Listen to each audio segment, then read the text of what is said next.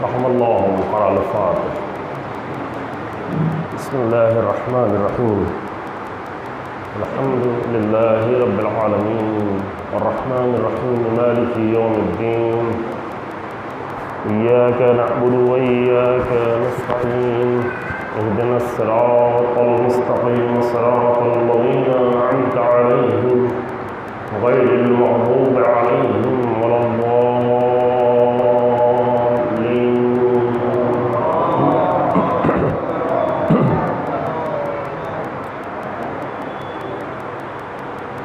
لا حول ولا قوة إلا بالله العلي العظيم.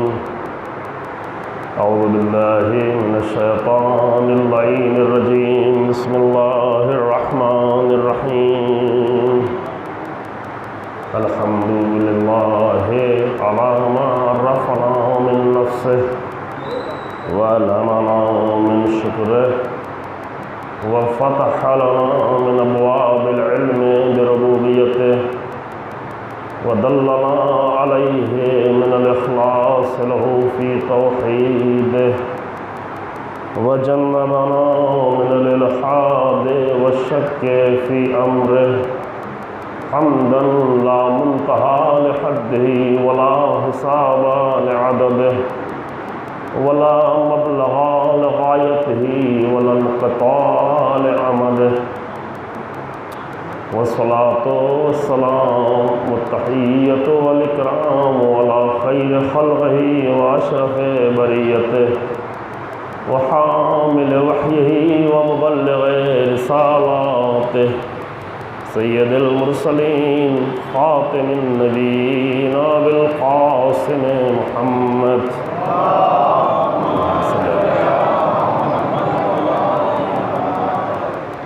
ثم الصلاة والسلام على أهل بيته الطيبين الطاهرين المعصومين المنتجبين الذين أذهب الله عنهم الرجس وطهرهم تطهيرا.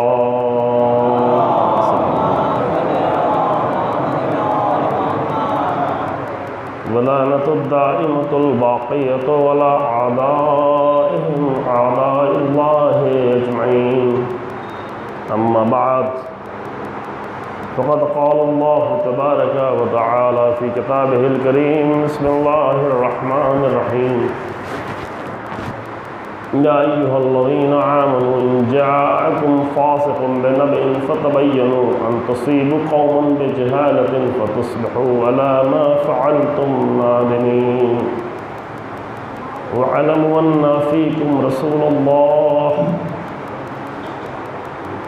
لو يطيعكم في كثير من الأمر لعنتم ولكن الله حبب إليكم الإيمان وزينه في قلوبكم وكره إليكم الكفر والفسوق والعصيان أولئك هم الراشدون. صلى الله عليه وسلم.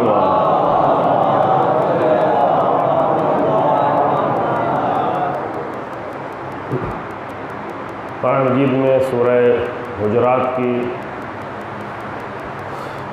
7ویں اور 6 اور 7ویں نمبر کی آیت کریمہ جو آپ کے سامنے پیش کی اور اس سے پہلے کی آیات مختصر طور پر یہ سورہ جو سورہ ادب ہے اور سورہ اخلاق ہے اور یہ سورہ جو بہت اہم انسانی سماجی مسائل کا حل پیش کرتا ہے، اخلاقی مشکلات اور بیماریوں کا علاج پیش کرتا ہے،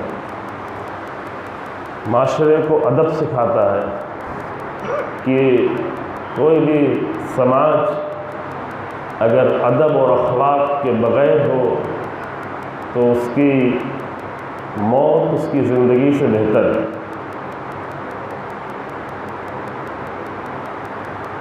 بغیر اخلاق اور بغیر ادب کے زندہ رہ کر لوگوں میں متنفر بن کے رہنا اس سے بہتر ہے کہ انسان مر جائے، کیونکہ اگر انسان میں ادب نہ ہو اور انسان میں اخلاق نہ ہو تو حتیٰ قریبی ترین لوگوں کی نگاہوں میں بھی اس کے لیے محبتیں نہیں ہوتی ہیں، دوریاں ہی ہوتی ہیں۔ بیزاریاں ہی ہوتی ہیں، تو پھر ایسی زندگی سے کیا فائدہ؟ زندگی اگر انسانی زندگی ہو، زندگی میں ایمان ہو، زندگی میں کردار ہو، زندگی میں اخلاق ہو، زندگی میں ادب ہو، تو وہ زندگی حتیٰ غیروں کو بھی اچھی لگتی ہے۔ یہاں پہ یہ نہیں دیکھا جاتا کہ اس انسان کا مذہب کیا ہے، اس انسان کا دھرم کیا ہے۔ جو معاشرے میں دیکھا جاتا ہے وہ یہ کہ اس انسان کا کردار کیا ہے، اس انسان کا ادب کیسا ہے، اس انسان کا اخلاق کیسا ہے، اور یہی چیزیں انسان کے دلوں میں جگہ بناتی ہیں۔ قرآن کہتا ہے کہ ان الذین آمنوا وعملوا الصالحات سیجعل لهم الرحمن ودا۔ قانون ہے یہ سب کے لیے، یہ صرف کسی خاص گروہ کے لیے نہیں ہے، کہ وہ لوگ جو ایمان بھی رکھتے ہیں، بھروسے مند لوگ ہیں، وعملوا الصالحات، اور اچھے اعمال، صالح اعمال انجام دیتے ہیں، تو سیجعل لهم الرحمن ودا۔ ودا کے لفظ وہی مودت جو آپ استعمال کرتے ہیں، معدد۔ تو اللہ کی ذات کی جو رحمان ہے وہ لوگوں کے دلوں میں اس کی مودت ڈال دیتا ہے، محبوب بنا دیتا ہے۔ صدیوں کے فاصلے ختم ہو جاتے ہیں، زمینوں کے فاصلے ختم ہو جاتے ہیں۔ کبھی کبھی ایک انسان بہت قریب ہوتے ہوئے، اپنے گھر میں ہوتے ہوئے بھی اپنے گھر والوں کے دلوں میں اپنی محبت نہیں ڈال پاتا، اور کبھی کبھی ایک انسان ہزاروں سال پہلے کا ہوتے ہوئے اور دسیوں ہزار کلومیٹر دور ہوتے ہوئے بھی دوسرے انسانوں کے دلوں میں محبت پڑ جاتی ہے، محبت ہوتی ہے۔ کیوں؟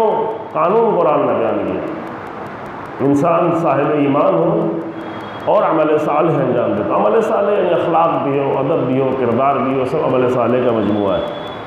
اور یہ آپ تجربہ کر کے انسان دیکھ سکتا ہے قرآن کے اس قانون پر، کہ دیکھیں اگر یہ دو چیزیں انسان میں نہیں ہے، یعنی انسان میں ایمان نہیں ہے، انسان میں امانت داری نہیں ہے، انسان بھروسے مند نہیں ہے، اپنے گھر والوں کے لیے بھروسے مند نہیں ہے، شوہر بیوی کے لیے بھروسے مند نہیں ہے، ماں باپ بچوں کے لیے بھروسے مند نہیں ہے، بچے ماں باپ کے لیے بھروسے مند نہیں، چونکہ ایمان سے ان سب کا تعلق ہے، ایمان کا دائرہ وسیع ہے۔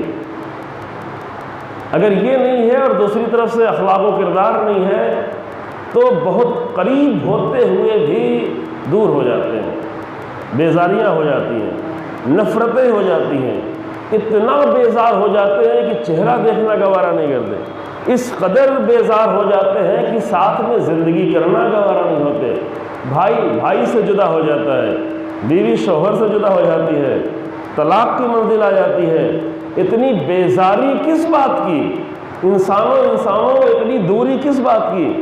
وہ لوگ کہ جن کے لیے قرآن نے قرار دیا تھا، کہا تھا کہ وَجَعَلَ بَيْنَكُمْ مَوَدَّةً وَرَحْمَةً، میاں اور بیوی کے درمیان میں تو ہم نے مودت اور رحمت قرار دی ہے، ان کے درمیان میں اتنی دوریاں کیوں ہو گئی؟ دوریوں کی اصل وجہ یہ ہے کہ انسان میں یا تو ایمان کی کمی ہے یا تو اخلاق و کردار و عمل کی کمی، اور کچھ نہیں ہے۔ یہ غلط فہمی ہے کہ لوگ سمجھتے ہیں کسی کا جہیز کم ہے، یا کسی کے پاس پیسہ کم ہے، یا کسی کے پاس لباس زیادہ اچھا نہیں ہے، یا کسی کا مکان بہت اچھا نہیں ہے۔ ان بنیادوں پہ دوریاں نہیں ہوتی، ان بنیادوں پہ وقتی طور پر تھوڑا ممکن ہے کہ زبان سے کوئی کچھ کہہ دے، لیکن یہ سب کچھ قابل قبول ہوتا ہے اگر انسان کا عمل اور اخلاق و کردار و ایمان بہتر ہوتا ہے۔ سب کے ساتھ زندگی گزاری جا سکتی ہے اگر انسان اصولوں پر پابند ہو۔ لہذا قرآن بھی یہاں کہتا ہے کہ اس اخلاقی سورہ میں پھر خطاب کرتا ہے، یا ایھا الذین آمنوا۔ یہ کون سا خطاب ہو گیا؟ یا ایھا الذین آمنوا یہ تیسری بار ہے۔ ایک سورہ میں اتنی جلدی کہیں پر یا ایھا الذین آمنوا نہیں آیا ہے، تو ٹھیک ہے، ممکن ہے کہ ہمیں یا آپ کو اتنی فرصت نہ ہو پائے کہ قرآن کے وہ سارے 89 سورے کی جہاں پر یا ایھا الذین آمنوا کہا گیا ہے سارے سوروں کو، ساری آیتوں کو پڑھ سکیں، لیکن یہ چھوٹا سا سورہ جس میں 5 بار یا ایھا الذین آمنوا کہا جا رہا ہے، اے مومنو، اے مومنو، اللہ آج کہہ رہا ہے اے مومنو، تو یا ایھا الذین آمنوا کے ذریعے سے مومنین کے اہم مسائل حل کیے جا رہے ہیں۔ یہاں تیسری بار کہا جا رہا ہے یا ایھا الذین آمنوا، اے مومنو، ان جاءکم فاسق بنبأ فتبینوا۔ یہ بہت ہی اہم سماجی مسئلہ ہے، یہ اخلاقی بحث نہیں ہے۔ اخلاقی مسائل اور ادب کے پہلے آیتوں میں ہو چکے ہیں، یہ بحث جو آج آ رہی ہے یہ بہت ہی اہم ایک سماجی مسئلہ ہے، اور اگر اس مسئلے کو حل کر لیا جائے تو بہت سارے مسائل قابل حل ہو سکتے ہیں۔ وہ کیا کہ ان جاءکم فاسق بنبأ فتبینوا، اگر کوئی فاسق انسان تمہارے پاس کوئی خبر لے کر آئے تو اسے مان نہیں لو فوراً۔ اب دیکھیں، پتہ نہیں ابھی آپ لوگوں کے لیے مسئلہ اہم بنا ہے کہ نہیں بنا ہے، شاید آدھی مجلس جاتے جاتے تھوڑا اہم لگنے لگے انشاءاللہ تعالی، اور اگر نہ بھی لگے تو میرے بیان پہ آپ پورا اعتماد نہ کر لیں، اور جا کے کوشش کریں تاکہ قرآن کی اہمیت اگر مجھ جیسا طالب علم نہ بیان کر سکے تو کسی عالم سے سمجھیں، کسی مفسر سے سمجھیں، تاکہ قرآن کا یہ اہم ترین مسئلہ سمجھ میں آئے اور حل بھی ہو۔ کہ دیکھو، اگر تمہارے پاس کوئی فاسق آئے خبر لے کر، لفظ باقاعدہ ان جاءکم فاسق بنبأ، نبأ یعنی خبر، اگر کوئی فاسق انسان تمہارے پاس کوئی خبر لے کر آئے فتبینوا، تو پہلے اس کی تحقیق کرو۔ تبینوا، فوراً قبول نہ کر لو، فوراً اسے فارورڈ نہ کرنے لگو، فوراً اسے بیان نہ کرنے لگو۔ کسی فاسق انسان سے کوئی بات سن کے جا کے دوسروں کے سامنے ذکر نہ کرنے لگو، اس کا میسج نہ کرنے لگو، اس کو اپنی زندگی میں نہ آنے دو۔ پہلے دیکھو کہ بیان کون کر رہا ہے، کس کی زبان سے سنا ہے، قابل بھروسہ ہے یا قابل بھروسہ نہیں ہے۔ شان نزول پہ بھی بیان کرتے ہیں، پھر اس کے بعد ایک دو مطلب چونکہ اہم آیت ہے، اور اس کے بعد ان تصیبوا قوما بجہالۃ فتصبحوا علی ما فعلتم نادمین۔ دیکھو کہیں ایسا نہ ہو جائے کہ ایسی خبر سن کے جا کے کسی سے لڑ بیٹھو، کسی نے آ کے کسی کی شکایت کر دی، وہ انسان فاسق تھا، جھوٹا انسان تھا، اور آگے کہا کہ فلاں نے تو تمہارے بارے میں یہ کہا، اور ہم جوش میں آئے اور جا کے اس سے لڑ گئے ہیں، خاندان کی لڑائی ہو گئی، عالموں کی لڑائی ہو گئی، مولویوں کی لڑائی ہو گئی، انجمنوں کی لڑائی ہو گئی، کیا؟ کیونکہ فلاں نے آپ کے بارے میں یہ کہا تھا۔ پہلے یہ تو دیکھو کس نے کہا تھا، اس کے کہنے پہ بھروسہ کیا جا سکتا ہے یا نہیں کیا جا سکتا ہے؟ کس نے کہا تھا؟ ان تصیبوا قوما بجہالۃ، کہیں ایسا نہ ہو کہ کسی قوم سے جا کے تم لڑ پڑو، بجہالۃ، وہ بھی جہالت کی وجہ سے، کیونکہ فاسق کی بات کو سن کر اسے قبول کرنا یہ جہالت ہے، یہ جہل ہے۔ علم کیا کہتا ہے وہ بھی آپ کے سامنے عرض کر رہے ہیں، فتصبحوا علی ما فعلتم نادمین، ترجمہ پہلے ہو جائے۔ پھر لڑائی کرنے کے بعد جب بعد میں معلوم ہو کہ نہیں یہ خبر جھوٹی تھی، یہ تو جھوٹا انسان تھا، اس نے تو غلط بات آگے بتائی تھی، ہم یوں ہی جا کے لڑ گئے۔ ایک جھوٹے انسان کے بتانے سے ہم اپنے بھائی سے لڑ گئے، ہم اپنے رشتہ دار سے لڑ گئے، ہم اپنے سسرال والوں سے لڑ گئے، ہے نا، آنا جانا چھوڑ دیا، صلہ رحم کو قطع کر دیا، رشتوں کو توڑ دیا، نگاہیں بدل گئیں، چہرے کے انداز بدل گئے۔ کس نے کہا تھا؟ ایک فاسق انسان نے کہا۔ تو اصل میں جلدی سے اس آیت کی شان نزول بیان کر دوں، جو زیادہ مشہور ہے وہ بیان کر رہا ہوں، اس کے علاوہ بھی اور ایک شان نزول بیان ہے۔ اصل واقعے میں کوئی زیادہ فرق نہیں، نام میں تھوڑا فرق ہے۔ ولید ابن عقبہ، پتہ نہیں یہ نام آپ نے سنا ہوا ہے، بنی امیہ میں سے تھا ولید ابن عقبہ۔ بنی امیہ کے لوگ جب مسلمان ہو گئے، جنگ خیبر کے بعد کا ماجرا ہے، تو یہ ولید بھی مسلمان ہو گیا تھا۔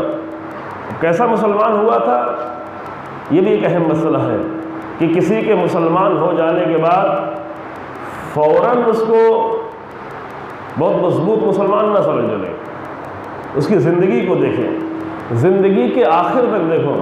بہرحال یہ ایسا مسلمان ہے چونکہ کھلے عام فاسق ہے، قرآن اس کو فاسق کہہ رہا ہے، اور فاسق ایک ایسی جگہ ہے، ایک ایسا محل ہے کہ جہاں پر اس کی برائی بیان کرنا عیب نہیں ہے، پتہ ہے آپ لوگوں کو یہ ایک شرعی مسئلہ ہے. بعد میں بھی وہ آیتیں آ رہی ہیں غیبت کی آیتیں جو بہت اہم ہیں. غیبت میں بھی کچھ کیسز کو جو ہے جدا کر دیا گیا ہے. کچھ ایکسیپشنل کیس ہے. کیا کہ یہاں پر آپ سچ بیان کر سکتے ہیں. جو غیبت تو سچ بولنا ہے، یعنی آپ نے مجھے کچھ برائی کرتے ہوئے دیکھا اور جا کے میرے بھائی سے، میری ماں سے، میرے باپ سے بتا دیا، یہ سے کہتے ہیں غیبت. جو دیکھا تھا وہی بتایا، جھوٹ بھی نہیں بولے، بالکل صحیح بات بتائی، لیکن یہ غیبت ہو گئی. کیوں؟ اس لیے کہ ایک انسان کی توہین ہو جاتی ہے دوسرے انسان کی نظر میں. وہ ماں جو اپنے بیٹے سے محبت کرتی تھی، اگر اپنے بیٹے کی برائی سنے گی تو ممکن اس کے دل میں اپنے بیٹے کے لیے توہین کا چیپٹر کھل جائے. لہذا یہ کام نہیں کرو. لیکن اس جگہ سے کچھ مسئلے کو جدا کیا گیا ہے، اور وہ اس میں سے ایک تو یہ ہے کہ اگر کوئی مثلا شادی کا مسئلہ ہے اور کوئی آپ سے پوچھنا چاہتا ہے کہ فلاں جوان کیسا ہے، اپنی بیٹی کی شادی میں اس سے کروں، تو آپ کہیں ہاں نہیں بہت اچھا ہے، بڑا اچھا ہے، لیکن وہ گنہگار ہے، وہ حرام کام کرتا ہے، وہ نمازوں میں نہیں آتا. رسول اللہ کی حدیث ہے کہ وہ انسان جو نماز نہیں پڑھتا ہے اس کے ساتھ بیٹھ کے کھانا نہیں کھاؤ، اس کو اپنی لڑکی نہیں دو، اس سے لڑکی نہیں لو. حدیث وقت ہے. اس کے ساتھ اٹھو بیٹھو نہیں، اس کے ساتھ باتیں نہیں کرو. جس انسان میں بندگی نہیں ہے تو بندوں کے ساتھ رابطے کے لائق نہیں ہے. ٹھیک ہے جا کے جانوروں کے ساتھ رابطہ رکھے، حیوانوں کے ساتھ رکھے، بندوں کے ساتھ کیوں بیٹھ رہا ہے؟ انسانوں کے ساتھ کیوں اٹھ بیٹھ رہا ہے؟ بندوں کے ساتھ کیوں اس کے ساتھ لوگ کھانا پی رہے ہیں، دعوت دے رہے ہیں، کھا رہے ہیں، آ رہے ہیں، جا رہے ہیں؟ اس کے ساتھ کیوں اپنی لڑکی دے رہے ہیں، کیوں اس کو لڑکا دے رہے ہیں؟ حدیث ہے باقاعدہ کہ نہیں کرو. اب اس کی شادی ہونی تھی، آپ کی بیٹی مومنہ تھی، اچھی مومنہ تھی. کہا کہ کیسا لڑکا؟ کہا پیسہ تو بہت کماتا ہے، سروس بڑی اچھی ہے، خوبصورت بھی ہے، اسمارٹ بھی ہے، لیکن یہ نہیں بتا رہے ہیں کہ ایمان نہیں ہے، یہ نہیں بتا رہے ہیں کہ اخلاق نہیں ہے، یہ نہیں بتا رہے ہیں کہ کردار نہیں ہے. تو پیسوں سے زندگی نہیں چلتی. پیسہ ذریعہ ضرور بنتا ہے، لیکن بڑے پیسے والے لوگ بھی، ابھی دیکھیں دنیا کے جو سب سے زیادہ پیسے والے لوگ ہیں ان سب کی بیویاں چھوڑ کے چلی گئی. پتہ ہے فیس بک کا مالک، گوگل کا مالک، سب کی بیویاں چند سالوں میں نہیں چلتا. پیسوں سے زندگی نہیں چلتی. پتہ ہے نا آپ لوگوں کو دنیا کے سب سے زیادہ جن کے پاس، اب حساب لگانا مشکل ہوگا آپ لوگوں کو پیسے میں، ڈالر میں بتایا جاتا ہے کہ 150 ارب ڈالر. اب اس کو روپے میں حساب لگایا کہ بہت زیادہ ہوا. 150 ارب ڈالر رکھ کے ایک بیوی کو خوش نہیں رکھ سکتا انسان. تو انسان پیسے سے خوش نہیں ہوتا. امام صادق علیہ السلام نے فرمایا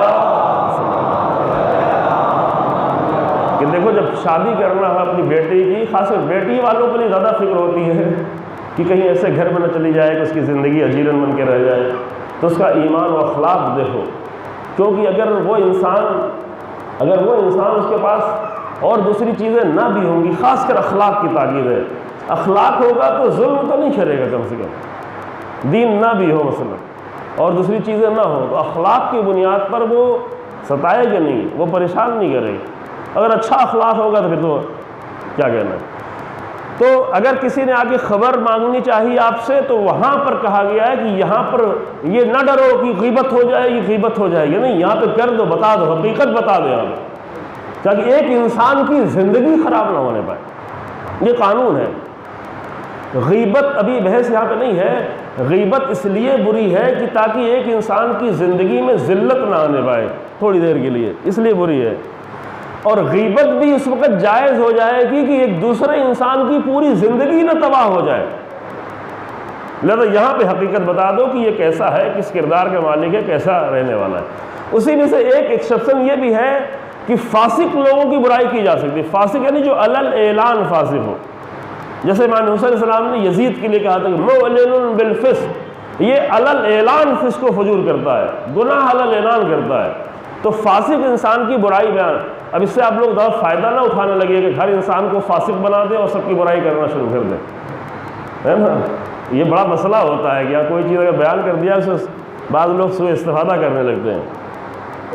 فاسق یعنی ہر فاسق نہیں، یہ نہیں کہ کوئی انسان گناہ انجام دے رہا ہے، حرام کر رہا ہے، چلو برائی بیان کر دو، نہیں. وہ جو علل اعلان فسق کر رہا ہو، اگر تنہائی میں بدترین گناہ بھی انجام دے رہا ہو، بیان کرنے کا حق نہیں. بدترین گناہ. مثلا بدترین گناہ آپ کی نگاہ پہ کیا ہو سکتا ہے؟ مثلا کوئی انسان چھپ کے اگر زنا بھی کر رہا ہے اور کسی نے دیکھ بھی لیا, ایک انسان نے دیکھ لیا ہے, اگر وہ جا کے بیان کر دے تو اس کو کم سے کم 100 کوڑے مارے جائیں گے. 100 نہیں بلکہ ہاں معاف کیجیے, میں جلدہ, قرآن میں یہی لفظ ہے الدانی تو الدانی. ان کے لیے 100 کوڑے ہیں اگر وہ شادی شدہ ہیں.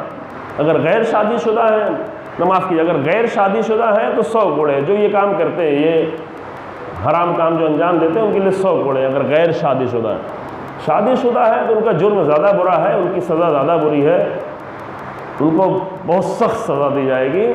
لیکن یہ تو جرم کرنے والے کی سزا ہے. لیکن ایک انسان جو جا کے بیان کر رہا ہے, اس کی سزا کیا ہے؟ 80 کوڑے. 80 کوڑے مارے کس بات پہ؟ جس چیز کو دیکھا تھا اسے جا کے بیان کر دیا. کب تک مارے جائیں گے؟ اگر ایک نے بیان کیا 80 کوڑے, 2 نے بیان کیا دونوں کو 80 کوڑے, 3 نے بیان کیا تو تینوں کو 80 کوڑے. ہاں اگر 4 نے آ کے بیان کیا کہ میں نے اپنی آنکھوں سے دیکھا ہے, تو اب اس کو سزا دی جائے گی جس نے گناہ کیا تھا. سمجھے یا نہیں؟ یہ شرعی مسئلہ ہے.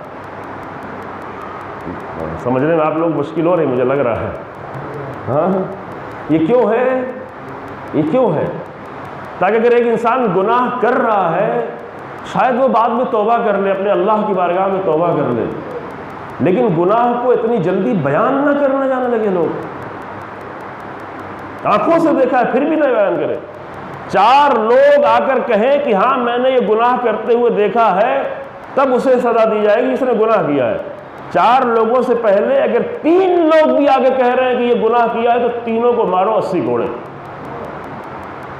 اب یہاں تو کوئی نہیں مارنے والا, نہ مولوی صاحب ماریں گے نہ ہم ماریں گے, لیکن آئے گی امام زمان کی حکومت آئے گی. کتنے 80 کوڑے کے مستحق بن چکے ہوں گے. اللہم صلی علی محمد. رسول اللہ کے صحابی, رسول اللہ کے شاعر, رسول اللہ کے مشہور شاعر, جنہوں نے کمال کر دیا ہے رسول اللہ کی مدح کرنے میں, جنہوں نے امیر المومنین کی ولایت کے لیے زبردست شاعری کی, غدیر کے میدان میں وہیں بیٹھے بیٹھے شاعری کی. لیکن کیا کہا؟ رسول اللہ کی بیوی پیچھے رہ گئی تھی, کسی ضرورت کے لیے تھوڑا پیچھے چلی گئی, اور پھر جو ہے قافلے سے پیچھے رہ گئی.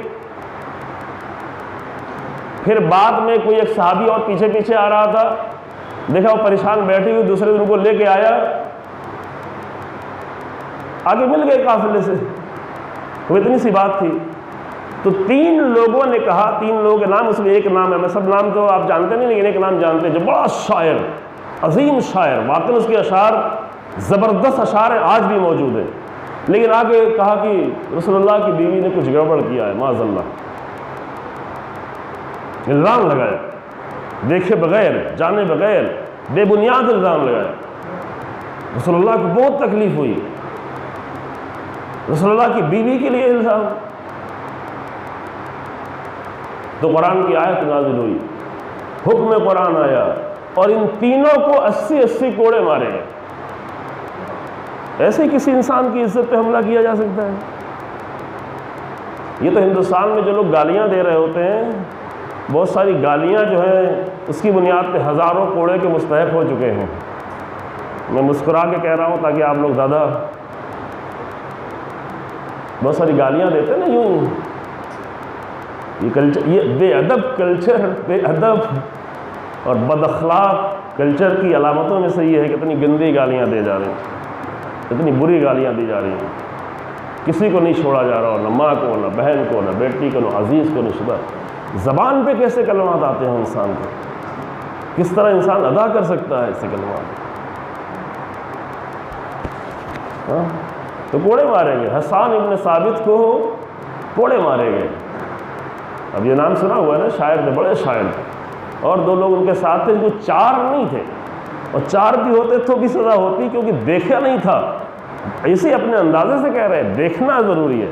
تو یہ بات اس لیے کہی جا رہی ہے عزیزوں کی ایک ہیلدی معاشرہ, ایک اچھا معاشرہ, وہاں پہ لازم ہے کہ انسان یقینی چیزوں پہ بھروسہ کرے, ہر ایک پہ بھروسہ کرنے والے، ہر ایک کی بات نہ سنے. اصل ہر ایک کی بات ہی نہیں سننا چاہیے انسان کو، ہر ایک کے درمیان نہ بیٹھے. انسان کی زندگی پہ سب سے زیادہ جو اثر ہوتا ہے وہ ان لوگوں کا اثر ہوتا ہے جن کے ساتھ اس کا اٹھنا بیٹھنا ہے. نہ ماں کا اتنا اثر ہوتا ہے، نہ باپ کا اتنا اثر ہوتا ہے، نہ اجداد کا اتنا اثر ہوتا ہے. سب سے زیادہ کسی انسان کی زندگی پہ جو اثر ہوتا ہے وہ ان کے دوستوں کا اثر ہوتا ہے. اگر فاسق لوگوں کے ساتھ انسان بیٹھنا شروع کر دے گا، اگر نجس لوگوں کے ساتھ انسان بیٹھنا شروع کر دے گا تو نجس ہوتا چلا جائے گا، ذہن نجس ہوتا چلا جائے گا. یہ لازمی نتیجہ ہے. اور بعد میں کیا کرے گا؟ یا لیتنی لم اتخذ، یہ قرآن کہتا ہے یا لیتنی لم اتخذ فلانا خلیلا، اے کاش کہ میں نے فلاں کو اپنا دوست نہ بنایا ہوتا. بڑی پریشانی ہو گئی ہے. اس دوستی کا نتیجہ بڑا برا ہو گیا ہے. کس کے ساتھ اٹھ رہے تھے، کس کے ساتھ بیٹھے، کس بے دین انسان، کس بد اخلاق انسان کے ساتھ، کس بے کردار انسان کے ساتھ، کس بنیاد پہ اٹھ بیٹھ رہے تھے. اٹھنے بیٹھنے کا معیار کیا تھا، کہ کرائٹیریا کیا تھا، کس بنیاد پہ کسی سے دوستی کر رہے تھے، دوستی کا معیار کیا بنایا ہوا تھا. اگر دوستی کا معیار یہ غلط چیزیں ہوں گی تو یہ انسان کہے گا. اور بعض لوگ قیامت کے دن سب سے زیادہ اپنے دوستوں سے خوش رہے کہ تم سے میری ملاقات ہو گئی، میری زندگی سدھر گئی، فلاں سے میری دوستی ہو گئی، فلاں سے مل جل گئے، فلاں سے ملنا ہو گیا تو انسان کی زندگی میں اتنی تبدیلی آ گئی. لہٰذا وہ لوگ جو فاسق ہوتے ہیں، فاسق لوگ اگر کہیں سے بھی بیان کریں، محراب سے بیان کریں، منبر سے آ کے بیان کریں تو انسان بھروسہ نہیں کر لے. قرآن کہتا ہے فتبینوا، پہلے تحقیق کرو، ریسرچ کرو. تبینوا یعنی ریسرچ کرو. اللہ اکبر.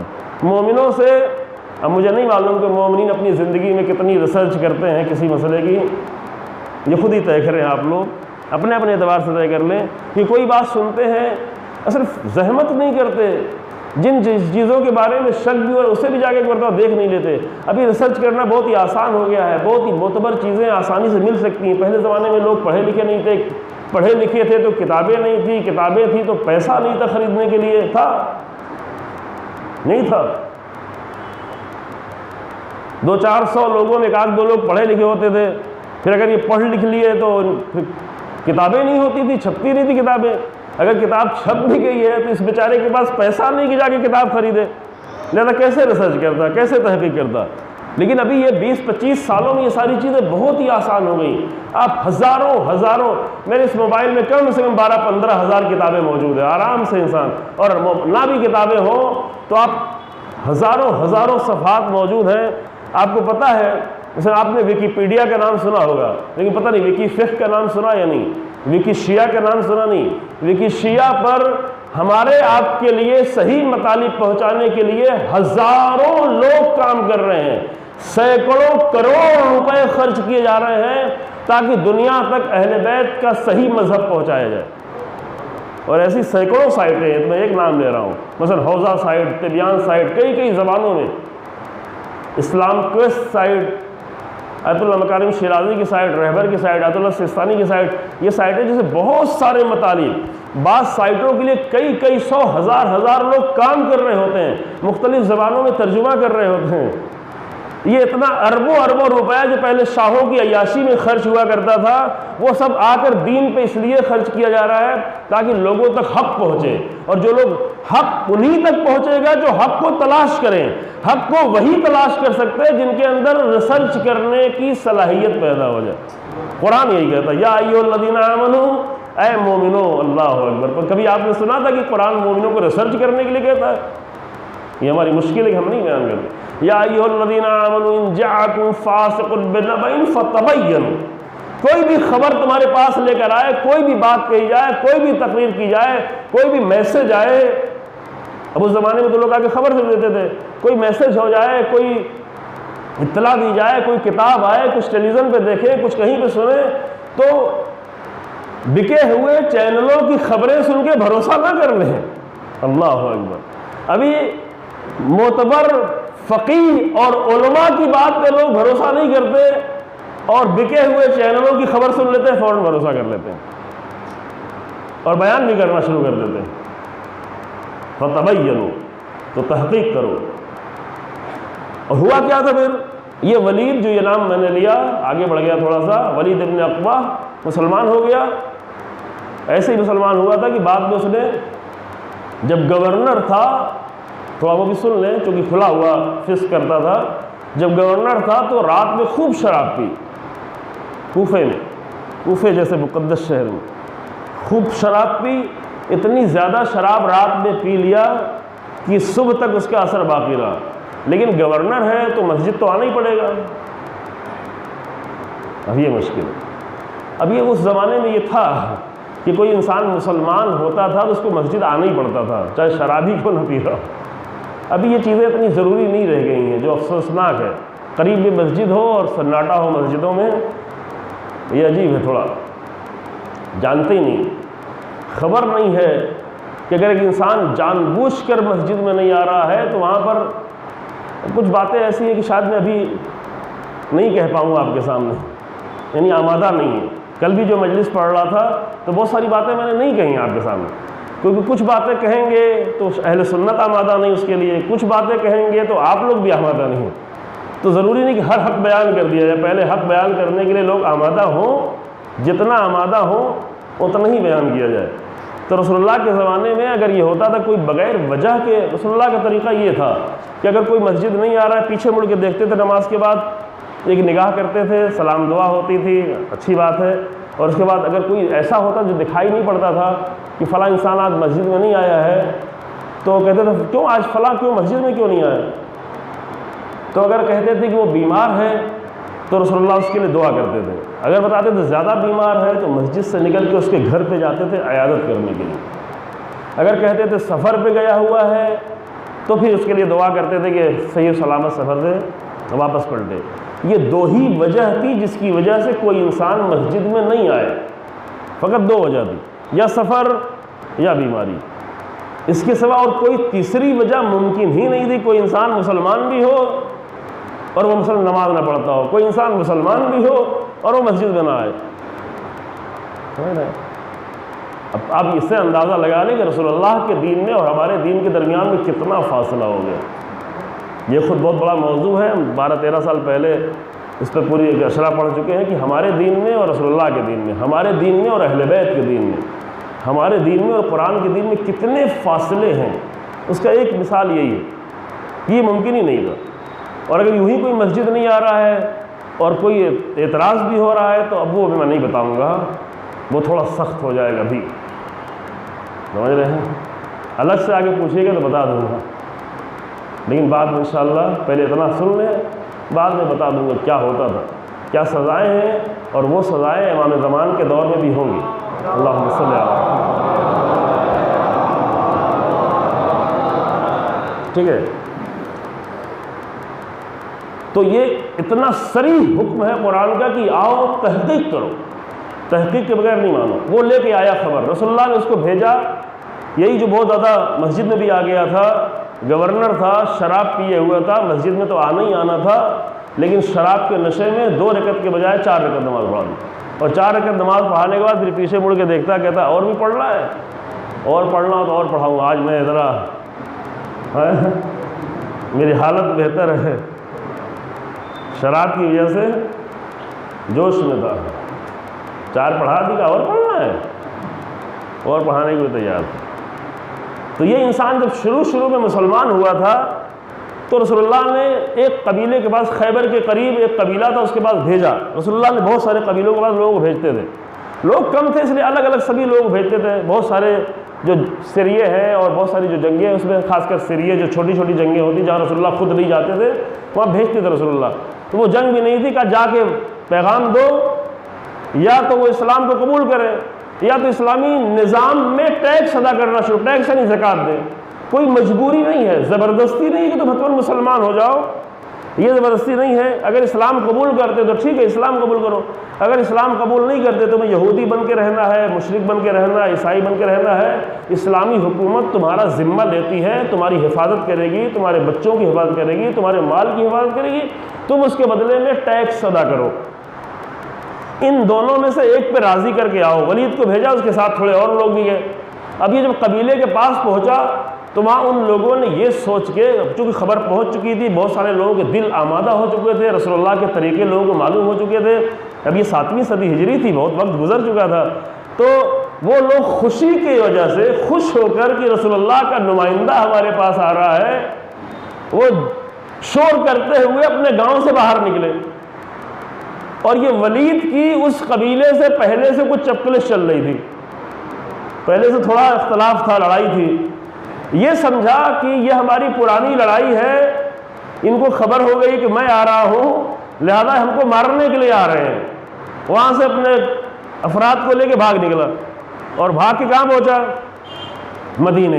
مدینے آ کے بیان کیا، میں فلاں قبیلے میں گیا تھا، وہ لوگ تو ہم پہ حملہ کرنے جا رہے تھے اور تلواریں لے کے. عرب تو سارے تلوار لیے رہتے تھے، عرب جب بھی صبح کو نکلتے تھے تو سر پہ امامہ رکھتے تھے، عبا پہنتے تھے اور تلوار لگا لیتے تھے. تو تلوار لے کے تو نکلے ہی تھے، جشن منا رہے تھے. جب جشن منانا ہو تو تلوار نکال بھی لیتے تھے جشن منانے کے لیے. ارے وہ تلوار لے کے ہمارے اوپر دوڑے تھے مارنے کے لیے. ادھر مسلمان جوش میں آ گئے، کس کی جرأت ایسی ہو گئی، یہ کیسے ہو سکتا ہے، چلو اس پہ حملہ کرتے ہیں، اور پورے حملے کی تیاری کہ چلو مار دیتے ہیں. وہ لوگ رسول اللہ کے نمائندے کے احترام میں آئے تھے، اور یہ لوگ جوش میں آ کے اس کو مارنے کے لیے پہنچے کہ چلو سزا دیتے، سب کو مار دیں گے. قرآن کی آیت نازل ہوئی، یا ایھا الذین آمنوا ان جاءکم فاسق بنبأ فتبینوا.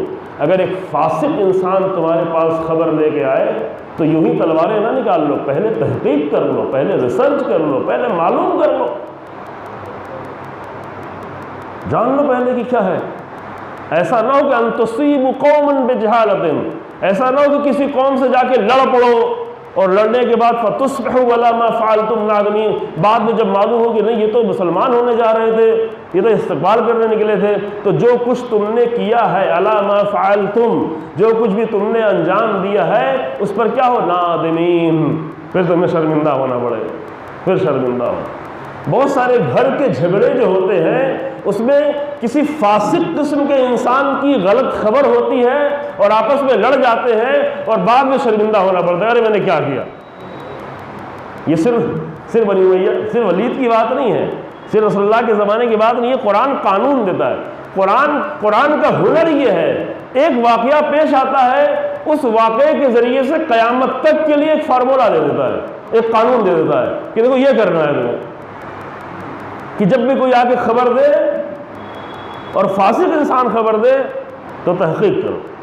کل میں نے ایک مسئلہ جو بیان کیا تھا، شرعی مسئلہ تو بیان کیا تھا، لکھنؤ والا مسئلہ، بعد میں مجھے بتایا لوگوں نے کہ جب پوچھنا ہوا اس کے بارے میں تحقیق کرنی ہوئی کہ بعد مولانا یہ مسئلہ بیان کر کے گئے ہیں، میں نے حدیثیں پڑھی تھی، حدیثوں پہ بھروسہ نہیں کیا، بعد میں کس سے پوچھا؟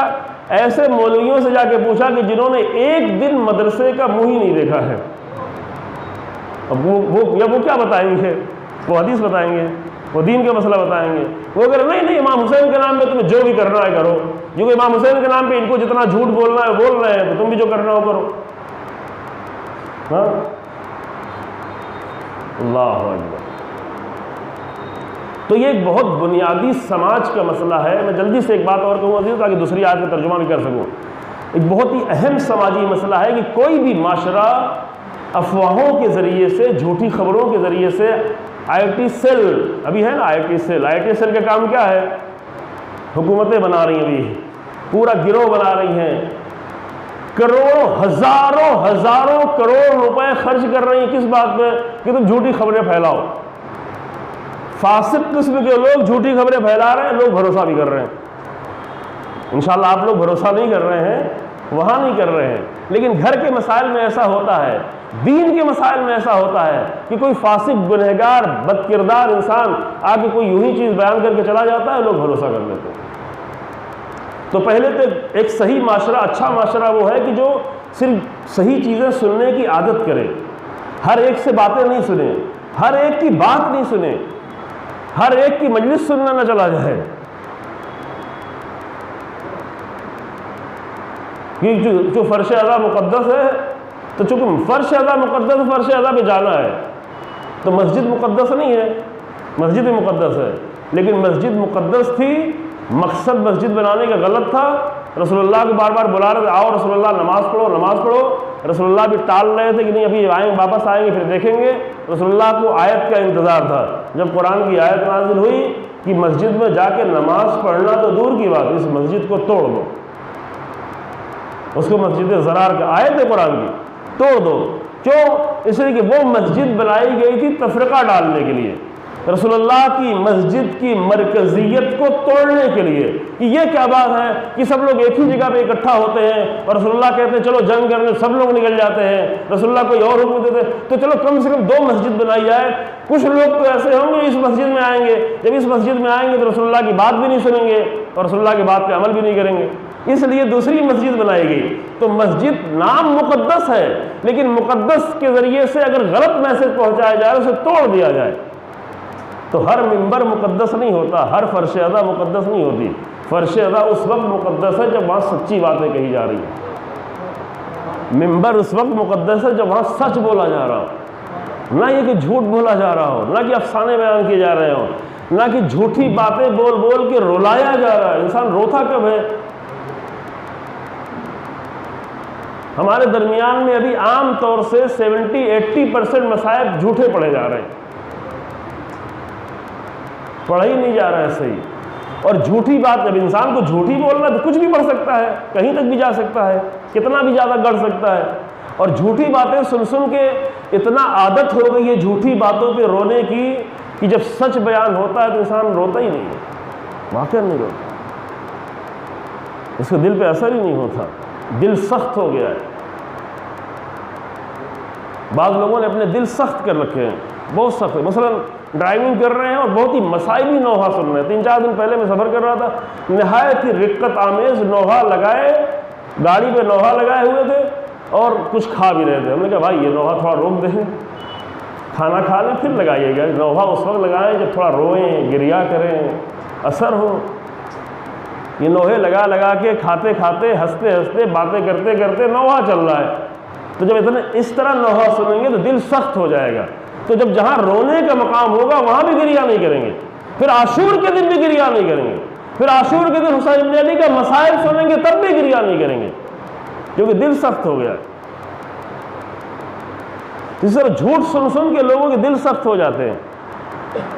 کیوں جھوٹ سننے کی عادت ہو گئی ہے؟ اس لیے کہ اس بیچارے نے کبھی بھی تحقیق کرنے کی زحمت نہیں کی۔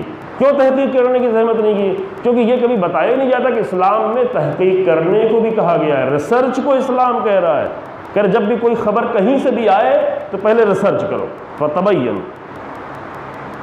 قرآن دوسری جگہ کہتا ہے لا، یہ تو سورہ حجرات کی آیت تھی، دوسری جگہ کہتا ہے لا تخفو۔ یہ بہت ہی اہم اصول ہے قرآن کے عزیزوں، اس پہ آپ کو نہ جوش آئے گا، نہ جذبہ آئے گا، نہ واہ واہ کریں گے، کرنے کی ضرورت بھی نہیں ہے، فقط اس کو اچھی طرح سے سمجھ لیں، زندگی کے مسائل ہیں۔ قرآن کہتا ہے لا تخفو ما لیس لک بہ علم، جس چیز کا تمہیں علم نہ ہو جائے اس پر تم اسٹینڈ نہیں لو، ٹھہرو نہیں، اسے مانو نہیں۔ علم یعنی کیا ہی نہیں، جب تک 100% کسی چیز کے بارے میں معلوم نہ ہو جائے، کیونکہ اگر 100% کے نیچے نیچے ہے تو وہ علم نہیں ہے، وہ گمان ہے، وہ ظن ہے۔ 50% پہ آ گیا تو شک ہے، 50% کے نیچے بھی آ گیا تو وہم ہے۔ تو ہم وہم پر بھروسہ نہ کر لو، گمان کو یقین نہ مان لو، ظن کو نہ مانو، شک پہ عمل نہ کرو۔ جب تک کسی چیز کا علم نہ ہو جائے، جب تک 100% کسی چیز کا علم و یقین نہ ہو جائے، تب تک اس کے بارے میں اپنے دل میں بھی نظریہ قائم نہ کرو۔ بولنا تو دور کی بات ہے، بیان کرنا تو دور کی بات ہے، دل میں بھی احتمال نہ دو۔ بس کسی انسان نے کسی کے بارے میں آگے بتا دیا تو اس کے بارے میں اپنی سوچ نہ بنا لو ابھی سے۔ ایک آدمی کی خبر سن کے، گھر کے مسائل ہوئے، کوئی اور مسئلہ ہوا، ایک طرف کی خبر سن کے ابھی اپنے ذہن میں نظریہ نہیں بننے دو یہ فلاں انسان تو برا ہے۔ پہلے دوسرے والے کی بات تو سنو، ہو سکتا ہے اس نے جھوٹ نہ بولا ہو، صرف اس نے اپنے پلس پوائنٹس بیان کیے ہوں، دوسرے کا پوائنٹ ہی نہیں رکھا ہو۔ تو جب تک دوسرے کی بات سن لو، جب تک یقینی علم تک نہ پہنچ جاؤ، تب تک اپنے ذہن میں نظریہ بھی نہ بننے دو۔ بیان کرنا تو دور کی بات ہے، لکھنا تو دور کی بات ہے، افواہ پھیلانا تو دور کی بات ہے، فارورڈ کرنا میسج تو دور کی بات ہے، اپنے ذہن میں بھی نہ نظریہ بننے دو جب تک کہ یقینی لا تک۔ یہ حکم قرآن ہے، نہیں یہ قرآن ہے، قرآن منع کر رہا ہے۔ جیسے قرآن کہتا ہے شراب نہیں پیو، ویسے ہی قرآن کہتا ہے جب تک کسی چیز کا علم نہ ہو جائے اس پر ٹھہرو ہی نہیں۔ لا تخف ما لیس لک بہ علم. اللہ اکبر. قرآن کی کتنے عظیم سماجی مسائل سے ہم محروم ہیں. قرآن سے خالی نماز روزہ لیا ہوا ہے. نماز روزے میں کچھ اگر کمی بھی ہو جائے گی تو اللہ کی ذات ہے وہ معاف کر دے گی، لیکن اگر یہ سماجی مسائل مشکل نہیں تو بہت سارے انسانوں کا حق ہوگا جو کبھی معاف نہیں ہو. وہ انسان مستحب نماز نہیں پڑھ پا رہا، نماز شب نہیں پڑھ رہا ہے، فلاں نماز نہیں پڑھ رہا ہے، چلو واجب پڑھ لے رہا ہے بس ٹھیک ہے، مسئلہ نہیں، اس کا دل چاہے پڑھے دل چاہے نہ پڑھے. لیکن اگر یہ سماجی مسائل حل نہ ہوئے، اگر بلا وجہ علم کے بغیر دوسروں کے خلاف افواہیں پھیلاتا رہا، اگر علم کے بغیر ایک عالم، ایک فقیہ، ایک مرجع، ایک مومن کے خلاف افواہیں پھیلاتا رہا تو اس کا جواب کہاں سے دے گا کہ انسان؟ قرآن حکم دیتا نہیں، ٹھہرو ہی نہیں. تو ہمارے پاس الحمدللہ، توجہ کریں، الحمدللہ یقینی چیزیں اتنی زیادہ ہیں ہمارے پاس. الحمدللہ 250 سال تک ائمہ نے یقینی چیزیں بیان کی، 23 سال تک رسول اللہ نے یقینی چیزیں بیان کی. اللہ کی کتاب نازل ہوئی جو یقینی مسئلہ ہے. اتنی ساری یقینی کتابیں ہیں، وہ ساری کتابیں چھوڑ کر بہت سارے لوگ جو آگے آپ کے سامنے بیان کر رہے ہوتے ہیں وہ 3rd کلاس اور 4th کلاس کی بالکل گھٹیا کتابیں پڑھتے ہیں. غالیوں کی لکھی ہوئی کتابیں، نصیریوں کی لکھی ہوئی کتابیں، اور امیر المومنین کی کتاب نہیں پڑھتے. یہ یقینی ہے. رسول اللہ کی حدیثیں نہیں پڑھتے، قرآن کی طرف توجہ ہی نہیں جاتی. قرآن کو تو فقط کبھی کبھی عنوان کے طور پہ پڑھ لیتے ہیں، بعد میں اس کو ترجمہ کرنے کی زحمت بھی گوارا نہیں کرتے. قرآن کہتا نہیں، علم پر بھروسہ کرو، اپنی زندگی کو علم کے ساتھ لے کے چلو. شک و شبہات، دیکھیں شک و شبہات کے ساتھ جب زندگی انسان چلانا شروع کرتا ہے تو حتیٰ اس کی اپنی فیملی کی زندگی بھی تباہ ہو جاتی ہے. شک و شبہ کے ساتھ ہر ایک دوسرے میں شک کر رہا ہے. ابھی یہ آیت بعد میں آنے والی ہے زن کی. ہر ایک دوسرے کے بارے میں بدگمان ہے، ہر ایک دوسرے کے بارے میں شک کر رہا ہے، ہر ایک دوسرے کے بارے میں عجیب و غریب نگاہیں رکھ رہا ہے. بھئی اتنی جلدی کسی کی بات سن کے کسی کے بارے میں بدگمان نہیں ہو جاؤ. اول یہ کہ اگر انسانوں کے بارے میں ہے تو آپ چھوڑو، تحقیق بھی کرنے کی ضرورت نہیں ہے. آپ کے چھوڑ آپ سے کیا لینا دینا، وہ جانے اس کا اللہ جانے، وہاں تحقیق بھی نہ کریں. ہاں اگر سماجی مسئلہ ہے تو آئے پہلے تحقیق کرے پھر اس پہ عمل کرے. ٹھیک. اب اس کا دوسری آیت کا ترجمہ کرتے ہیں، وقت کم رہ گیا. اس میں قرآن کہتا ہے اسی آیت میں وَاعْلَمُوا أَنَّ فِيكُمْ رَسُولًا. یہ بہت اہم مسئلہ ہے، میں جلدی سے گزر رہا ہوں عزیزو. یہ جو قرآن کی آیت ہے کہ کسی کی خبر سن کے فَتَبَيَّنُوا، اس کے بعد قرآن کہتا ہے کہ وَاعْلَمُوا أَنَّ فِيكُمْ رَسُولَ اللَّهِ، اور یہ جان لو کہ تمہارے درمیان میں رسول اللہ ہے. تمہارے درمیان. میں نے کل عرض کیا کہ اس کا مطلب یہ نہیں ہے کہ سن 11 ہجری تک رسول اللہ ہمارے درمیان میں تھے اور اب رسول اللہ ہمارے درمیان میں نہیں ہیں. یہ معمولی لوگ ہوتے ہیں، جب مر جاتے ہیں تو ختم ہو جاتے ہیں. لیکن عظیم لوگ مرنے سے، جسم کے جانے سے وہ نہیں چلے جاتے. کوئی بھی عظیم انسان. یہ علماء کے لیے کہا گیا العلماء باقون ما بقی الدہر. جب ایک عالم جو ہے اس کے لیے حدیث کہتی ہے کہ جب تک زمانہ باقی ہے تب تک وہ باقی ہے، تو رسول اللہ باقی نہیں رہیں گے. آپ یہ حدیث سنتے ہیں نا، العلماء باقون. کیوں باقی ہیں؟ چونکہ انہوں نے کچھ علم دیا. شیخ مفید آج سے 1000 سال پہلے تھے لیکن آج باقی ہیں. ان کا جسم نہیں ہے لیکن ان کی کتابیں ہیں، ان کا علم ہے، انہوں نے اسلام کی جو خدمت کی وہ ہے، انہوں نے شیعت کی بنیادیں جو مضبوط کی وہ سب ہے. شیخ مفید نہیں ہے، شیخ کلینی نہیں ہے، شیخ صدوق نہیں ہے، شیخ طوسی نہیں ہے، سید مرتضیٰ نہیں ہے. یہ لوگ، ان کا جسم نہیں ہے لیکن وہ ہے. کیوں ہے؟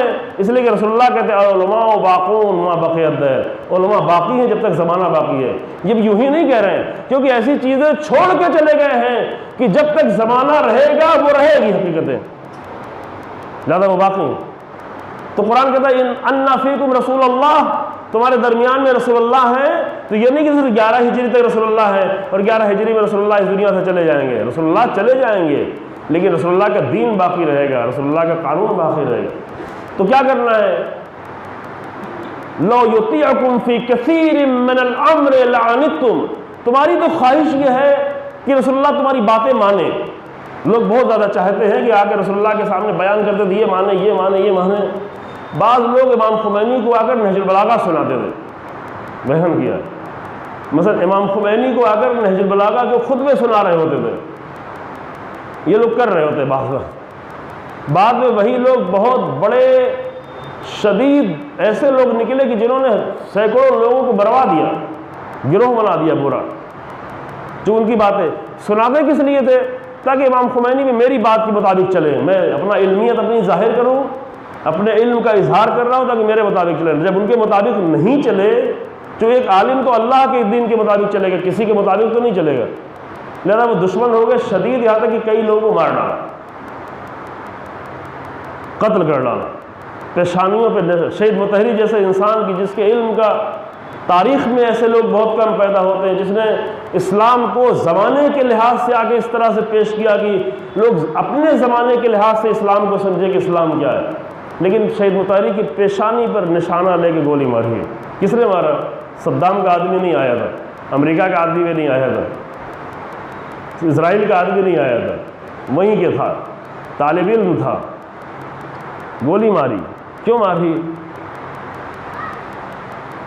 اس لیے ایسی یقینی چیزیں نہیں چاہیے تھی، اپنا دین چاہیے تھا۔ رسول اللہ کے سامنے بھی لوگ آگے پیش کرتے تھے، اور رسول اللہ کے لیے قرآن نے مومنوں کو مخاطب ہو کے فرمایا کہ اگر تمہاری آرزو تو یہ ہے، لیکن اگر رسول اللہ تمہاری باتیں سننے لگے اور تمہاری باتوں کو ماننے بھی لگے، لو یطیعکم فی کثیر من الامر، اگر بہت زیادہ مسائل میں رسول اللہ تمہاری اطاعت کرنے لگے، لعنتم، تو تم خود ہی مشکل میں پڑ جاؤ گے، رسول اللہ کا کچھ نہیں ہوگا، تم مشکل میں پڑ جاؤ گے، چونکہ ایسی ایسی جگہوں پہ لے کے جاؤ گے، ایسے ایسے کام کرواؤ گے کہ تم مشکل میں پڑ جاؤ گے۔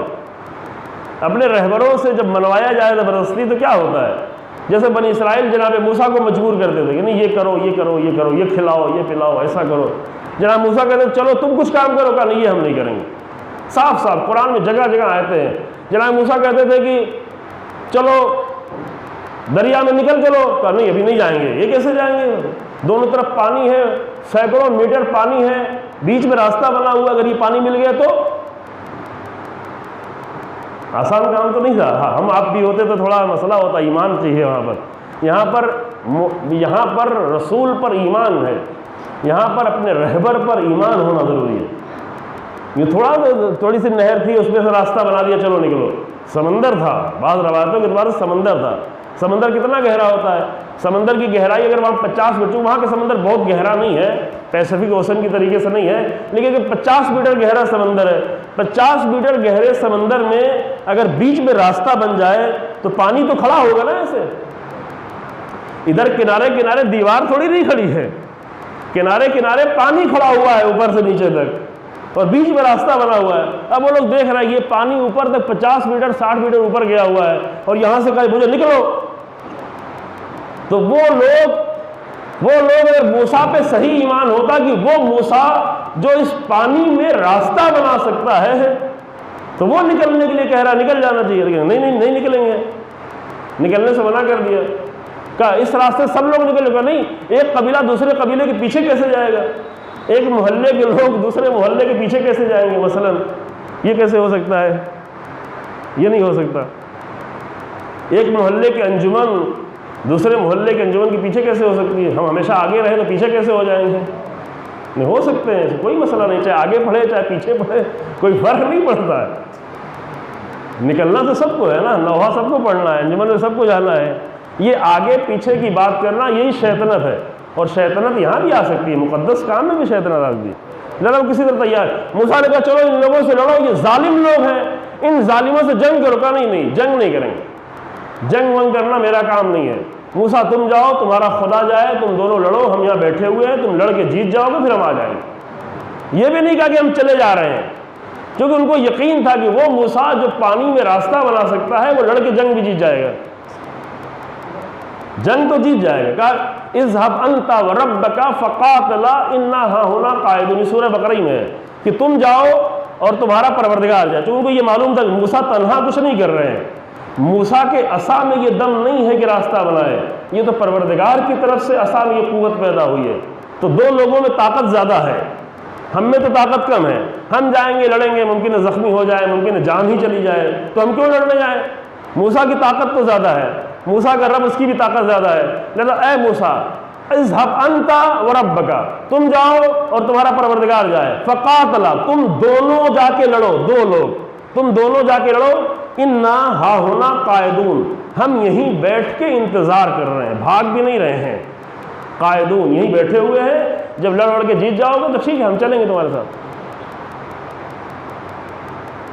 تو یہ ایک مسئلہ بار بار کہتے ہیں کہ موسیٰ یہ کھانا نہیں کھانا ہے، وہ نہیں کرنا ہے، تو قرآن کہتا ہے اگر تم رسول اللہ کو ایسے ہی چاہتے ہو کہ رسول اللہ تمہاری باتیں سننے لگے، تمہاری بات ماننے لگے، فی کثیر من الامر، باریکی دیکھیں، قرآن یہ نہیں کہتا کسی بھی مسئلے میں رسول اللہ بات نہیں سنیں گے، کافی کثیر من الامر، بہت سارے مسائل میں رسول اللہ تمہاری بات نہیں سنیں گے، لیکن کچھ مسائل ایسے کہ رسول اللہ خود تمہاری بات سنیں گے، جہاں رسول اللہ مناسب سمجھیں گے، جہاں مشورہ مانگیں گے، جہاں تم صحیح بات بیان کرو گے، رسول اللہ تمہاری بات کو سنیں گے بھی، تمہاری بات پر عمل بھی کریں گے، لیکن ان باتوں پر جو تمہارے لیے فائدہ مند ہو۔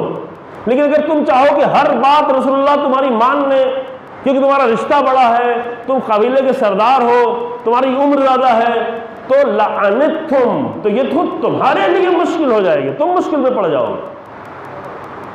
ولیکن اللہ، بس تمام کرتا ہوں جو ترجمہ سن لیں، ولیکن اللہ حبب الیکم الایمان وزینہ فی قلوبکم، لیکن اللہ نے ایمان کو تمہارے لیے محبوب قرار دیا۔ اللہ کا نعمت یہ ہے، اللہ کی گفٹ یہ ہے، اللہ کا تحفہ یہ بہت بڑی نعمت اللہ کی کہ کسی کے دل میں اللہ نے ایمان کو محبوب بنا دیا ہو، وزینہ فی قلوبکم، اور اس کو دل میں زینت بنا دی۔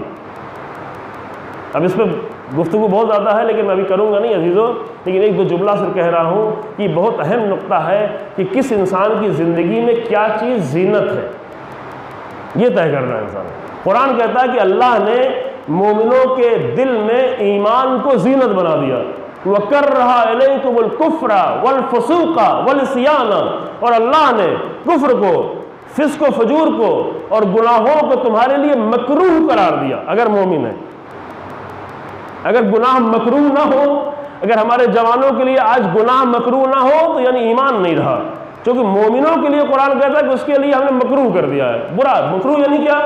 مکروہ یعنی جس سے کراہت ہو، جس سے انسان کو قریب جانے کا دل نہ چاہے، ہے نا۔ بعض لوگ کبھی کبھی بعض انسان بھی مکروہ ہو جاتے ہیں اپنے رہن سہن سے، اپنے پہناوے سے، اپنے لباس سے، اس سے بھی منع کیا، ان اللہ جمیل یحب الجمال، اچھے رہو، اچھے لباس پہنو، مسجد میں آؤ، خاص کر جہاں لوگ اکٹھا ہوں، جیسے آپ لوگ ماشاءاللہ اچھا رہا ہے، یہاں پہ مجلسوں میں آتے ہیں تو سب کے لباس صاف ستھرے ہوتے ہیں، اچھے ہوتے ہیں، اہتمام کر کے آتے ہیں، یہ اچھی بات ہے۔ مسجد میں آؤ، قرآن کہتا ہے خذوا زینتکم عند کل مسجد، جب مسجد میں آؤ نماز پڑھنے تو اچھے لباس میں آؤ، کیونکہ کچھ لوگوں کے درمیان میں جا رہے ہو، درمیان میں جا رہے ہو، یعنی یوں تو اپنے ذاتی طور پر صاف ستھرے رہو، گھر میں بھی صاف ستھرے رہو، صرف یہ نہیں ہے کہ عورتیں صاف ستھری رہیں، مرد تو جتنا بھی گندہ رہنا ہو رہے، یہ صحیح نہیں ہے۔ روایتیں اس کے لیے، مرد ٹھیک ہے، مرد کام کر رہا ہے، سختی کا کام کر رہا ہے، باہر کام کر کے آیا ہے، ممکن ہے کھیت میں کام کر کے آیا ہے، لیکن اس کا مطلب یہ نہیں ہے کہ کھیت میں گندے تھے تو گھر میں بھی گندے رہو، وہاں پسینہ ہو گیا تو وہ پسینے ہی کے ساتھ جو ہے پورا دن گزار دو کہ کل تو پھر پسینہ ہونا ہی، تو چلو آج رات پسینے ہی گزار دیتے ہیں، یہ نہیں، منع کیا گیا، سختی سے منع کیا گیا، کہا کہ دیکھو اب اس زمانے میں ایسے تھے، آج ایسے نہیں رہ گئے ہیں۔ رسول اللہ نے کہا دیکھو تم یہودیوں کی طرح سے گندے نہیں رہو، کیونکہ ان کی عورتیں بد کردار اس لیے ہو گئیں کیونکہ وہ گندے رہتے ہیں، یعنی اس میں وجہ بتائی۔ اب وہ تو لوگ ابھی یہودی تو صاف ستھرے رہتے ہیں، ہم سے آپ سے زیادہ صاف رہتے ہیں، اچھی چیز ہے، کوئی اچھی چیز اپنا لے، اچھی بات ہے۔ کہا کہ یہودیوں کی طرح اس زمانے میں بہت گندے رہتے ہیں، صرف پیسہ کماتے تھے بس، اور بہت گندے رہتے۔ کہتے دیکھو تم عرب بھی گندے رہتے تھے، لیکن رسول اللہ نے ان کو یہ سکھایا تھا کہ اتنے گندے نہ رہو تاکہ تمہاری عورتیں بد کردار نہ ہونے پائیں۔ گھر میں جاؤ تو لباس تبدیل کر لو، صاف ہو لو۔ رسول اللہ کا سب سے بڑا خرچ کیا تھا؟ میں پڑھ چکا ہوں کبھی یہاں پر، ہاں دیکھیے، رسول اللہ کا خرچ جو ہے وہ کھانا سب سے بڑا نہیں تھا، سب سے بڑا خرچ رسول اللہ کی خوشبو تھی۔ ابھی کہتے ہیں مردوں کے لیے تو خوشبو نہیں ہے، خوشبو تو عورتوں کے لیے ہے، اور عورتیں بھی گھر میں خوشبو نہیں لگاتی ہیں، جب ان کو باہر نکلنا ہوتا تو خوشبو نکالتی، جہاں نہیں لگانا چاہیے وہاں لگاتی ہیں۔ یہ باہر کیوں لگا رہے ہیں؟